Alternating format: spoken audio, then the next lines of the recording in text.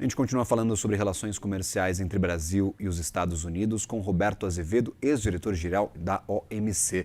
Seja bem-vindo à nossa programação, Roberto. É um prazer tê-lo por aqui, meu caro. Uma ótima tarde. O prazer é todo meu. Boa tarde a todos. Pressão de empresas norte-americanas, a gente trouxe uma lista aqui, foram 335 empresas brasileiras, americanas, entidades setoriais que se manifestaram contra este tarifaço. Costuma funcionar e pode ser realmente prejudicial para quem está lá nos Estados Unidos? Na verdade, hoje é o único caminho, né? Toda essa lista de exceção que foi apresentada para retirar uma boa gama de produtos e setores das tarifas, tudo isso foi resultado de contatos entre as empresas brasileiras com as suas congêneres americanas, clientes, parceiros, para tentar sensibilizar o governo americano de que essas tarifas adicionais eram, francamente, um tiro no pé, estavam prejudicando a própria economia americana, prejudicando empresas americanas, possivelmente criando até desempregos localizados. E foi exatamente esse esforço que a gente chama um pouco de diplomacia empresarial que levou a essa lista de exceção um pouco ampliada. E a gente tem esperança de que ela seja ainda mais ampliada um pouquinho, quem sabe, talvez mais, com o resultado dessas audiências públicas que aconteceram essa semana. As negociações entre os dois governos não parecem estar avançando, nós não temos nenhum sinal, nenhuma sinalização positiva ou otimista vindo sobre. Eu falei recentemente aqui em Washington com o governo, com autoridades do governo americano, não senti muito otimismo da parte deles. Tomara que eu esteja enganado e que as negociações levem a algum tipo de acordo, de entendimento, mas isso não parece estar no horizonte próximo. Então, a esperança é que as empresas e o setor privado consigam sensibilizar as autoridades competentes nos Estados Unidos para colocar mais produtos e setores na lista de exceção. Eu vou aproveitar a tua experiência com a OMC, Roberto, porque eu queria entender qual que é a diferença do ano passado. A gente tinha tarifas ao léu desde abril de 2025 aplicadas pelo governo de Donald Trump. Então, uma hora eram 25%, 10%, 50%, como chegou o caso do Brasil. Depois da decisão da Suprema Corte americana no começo deste ano, passamos por investigação comercial para recomendar estes 25% e ainda temos prazo para a defesa do Brasil e das empresas. É uma volta do comércio internacional às regras tradicionais ou, mesmo assim, ainda é ameaça para as regras que normalmente regem as relações entre os países?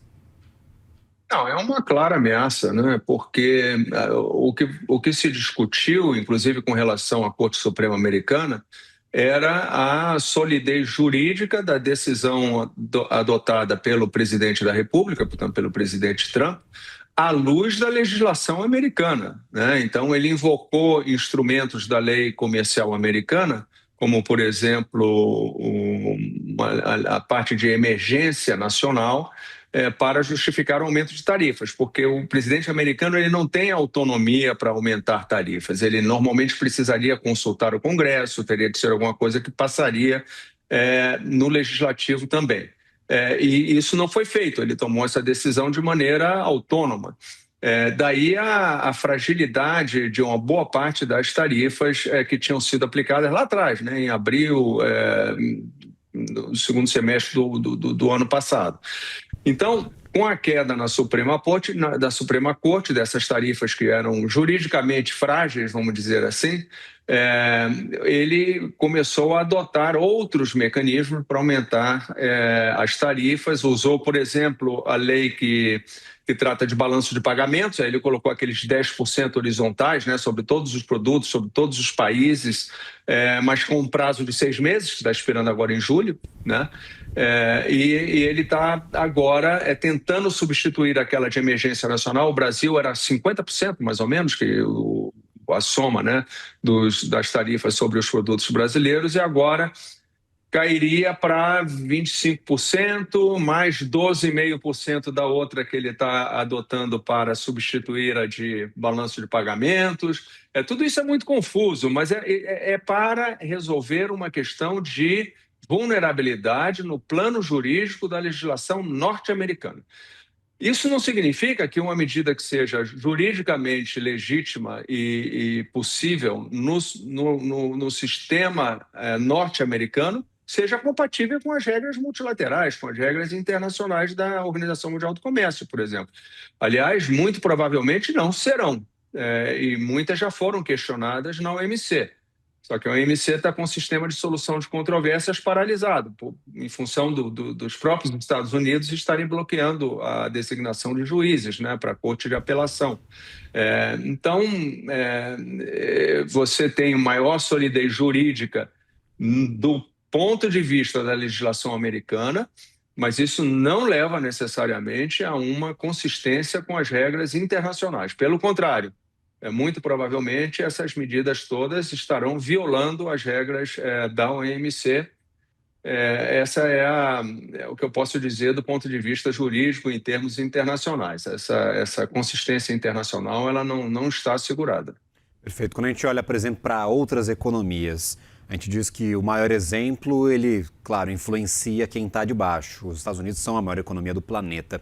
Você percebe alguma mudança na relação entre os países que não estão diretamente relacionados aos Estados Unidos, nos novos acordos, nas novas relações comerciais entre parceiros no Sudeste Asiático, na América Latina, na Europa? Estão seguindo o exemplo de Trump rasgando as regras ou, para estes outros países, ainda funciona do jeito tradicional, meu caro? Qual que é a influência?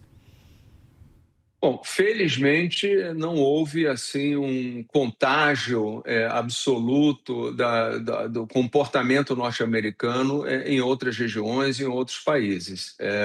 De uma maneira geral, os países continuam tentando seguir as regras internacionais, ainda discutem na OMC, ainda se questionam até na OMC, não em litígios, mas em negociações e conversações, e o sistema continua operando. Quer dizer, aproximadamente 80% do comércio internacional continua sendo regido pelas leis da OMC. Agora, nós estamos vendo uma fragmentação desse comportamento. Quer dizer, vira e volta, nós vemos uma ou outra medida sendo adotada por parceiros importantes, pela União Europeia, pela China, por outros também, que, olhando assim o valor de face, aparentam violar as regras multilaterais. Então, há uma maior flexibilidade nas políticas comerciais dos países centrais com relação às regras multilaterais, com as regras internacionais. Eles estão menos constrangidos em adotar medidas que ficam fora da caixinha. O senhor participou dessas discussões na audiência pública do USTR. Qual é a percepção em relação aos temas que foram abordados? A investigação é muito ampla, tem desmatamento ilegal, pirataria, o próprio PIX, relações com a venda e compra de etanol. Qual é a percepção geral? O que você gostaria de destacar em relação a essa tua participação, que você percebeu de quem estava ali presente? Olha, uma coisa que é muito clara é de que houve muito pouco esforço em contra-argumentar com relação aos temas que foram elencados na investigação, como desflorestamento, etanol, propriedade intelectual, plataformas digitais, o próprio PIX. Pouca gente até mencionou isso, né? Houve, assim, um esforço bem superficial de dizer, olha, nada disso aí está correto, nada disso aí justifica as medidas que vocês estão se preparando para adotar. Porque eu acho que as pessoas entendem um pouco que é um jogo de carta marcada, né? Há uma decisão já do governo americano de adotar essas medidas, não só contra o Brasil, né? A outra seção 301 sobre importação de produtos que têm trabalho forçado abarca o quê? 86 países, porque são 60, mas a União Europeia conta como eles são 27. Então, nós estamos falando aí de um mínimo 86 países também sendo afetados. Então, não há uma expectativa realista de que a tarifa não será adotada. Então, o esforço nessas audiências públicas dessa semana, na segunda e na terça-feira, foi mais no sentido de dizer, olha, não concordamos com nada disso, Agora, se vocês vão levar adiante, tenha presente esta situação. E aí muitas empresas, muitos setores colocavam a sua situação e mostravam, procuravam mostrar que era uma medida contraproducente do ponto de vista norte-americano, né? Porque ia aumentar o custo de produção nos Estados Unidos ou ia encarecer o insumo, né, da cadeia produtiva, ou poderia até provocar, em certas situações, desemprego. Né? Houve empresas lá que disseram: eu vou ter que fechar linhas. Vou ter que fechar linhas porque eu não consigo esses insumos em outros países ou com outros fornecedores. E eu não tenho como fabricar isso nos Estados Unidos no prazo mais imediato. Vai levar anos até eu conseguir desenvolver essa capacidade. Então, nesse sentido, eu acho que a gente viu uma coisa um pouco diferente, até do ponto de vista do próprio STR.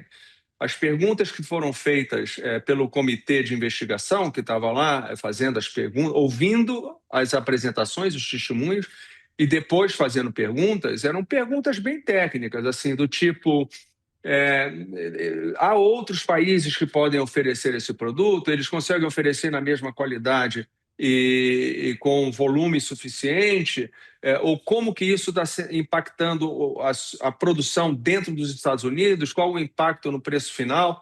Esse tipo de pergunta foi feito, o que me leva a ter um certo otimismo bastante moderado, de que a gente possa ver inclusão de produtos, quem sabe setores, na lista de exceções às medidas da 301.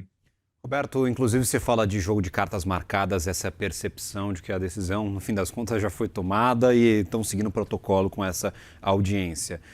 E as empresas estão tentando mostrar quais seriam os efeitos desta decisão. É um jogo de cartas marcadas que tem muito efeito político. Tivemos a participação, inclusive, de Flávio Bolsonaro, que é pré-candidato à presidência da República aqui no país. Qual foi a reação a esta participação e ao que foi dito por ele nessa audiência pública, por favor? Ele, enfim, fez a apresentação dele com um cunho bastante marcado do ponto de vista político. Ele se manifestou contra as tarifas, indicou que a adoção dessas tarifas agora não seria producente nem para um lado nem para o outro. Não foi muito técnico, não entrou em detalhes, não falou de setores específicos ou de produtos específicos. Fez um discurso mais de tom político mesmo, né? E com certeza deve estar fazendo movimentos para tentar reduzir ou mitigar as medidas norte-americanas. Se ele vai ser bem sucedido ou não, nós não temos como prever. É, Espero que seja, né? Qualquer resultado, seja do governo, seja da oposição, seja de um partido de direita, de esquerda, de centro, não me interessa. Se chegou a um resultado que abaixa as tarifas ou que reduz o impacto na economia brasileira, esse movimento é bem-vindo. Agora, é difícil dizer qual vai ser o resultado concreto da atuação dele nas audiências. Perfeito. E já que a gente falou de política, eu gostaria de entender se foi ou não sentida a falta do governo mais em defesa, ativamente falando sobre o comércio bilateral entre Estados Unidos e Brasil. Porque, pelas apurações que temos aqui na CNN, a orientação para os membros do governo que estavam presentes na audiência era apenas observarem e identificarem qual que era a comunicação dos Estados Unidos em relação a esse tema. Foi sentida a falta efetiva do governo? Bom, ele não podia fazer outra coisa se não se inscreveu para ser um depoente, para testemunhar. E essa decisão foi tomada já duas semanas atrás. Quer dizer, quem não se inscreveu não podia falar na audiência. Então, os que estavam ali observando e anotando e monitorando tudo o que estava acontecendo, eles não poderiam se manifestar mesmo que quisessem, né? Isso foi, de novo, foi uma decisão que foi tomada lá atrás. O governo brasileiro apresentou comentários escritos, né? Aliás, comentários bastante pormenorizados, rebatendo as alegações norte-americanas, um documento, a meu ver, na minha opinião, até bem feito, ponderando que não fazia sentido, explicitando o dano que isso provocaria nas duas economias, tanto na brasileira quanto na americana. Agora, houve uma decisão de não fazer a apresentação oral, é uma decisão política, eu imagino, até de simbologia política, mas essa é uma decisão que foi tomada pelo governo brasileiro, eu não tenho como avaliar os elementos que levaram a essa decisão. Muito obrigado, Roberto Azevedo, ex-diretor-geral da OMC. Agradeço imensamente por ter aceito o nosso convite. Uma ótima tarde e um bom trabalho a você, meu caro. É um prazer, muito obrigado a todos. Prazer todo nosso.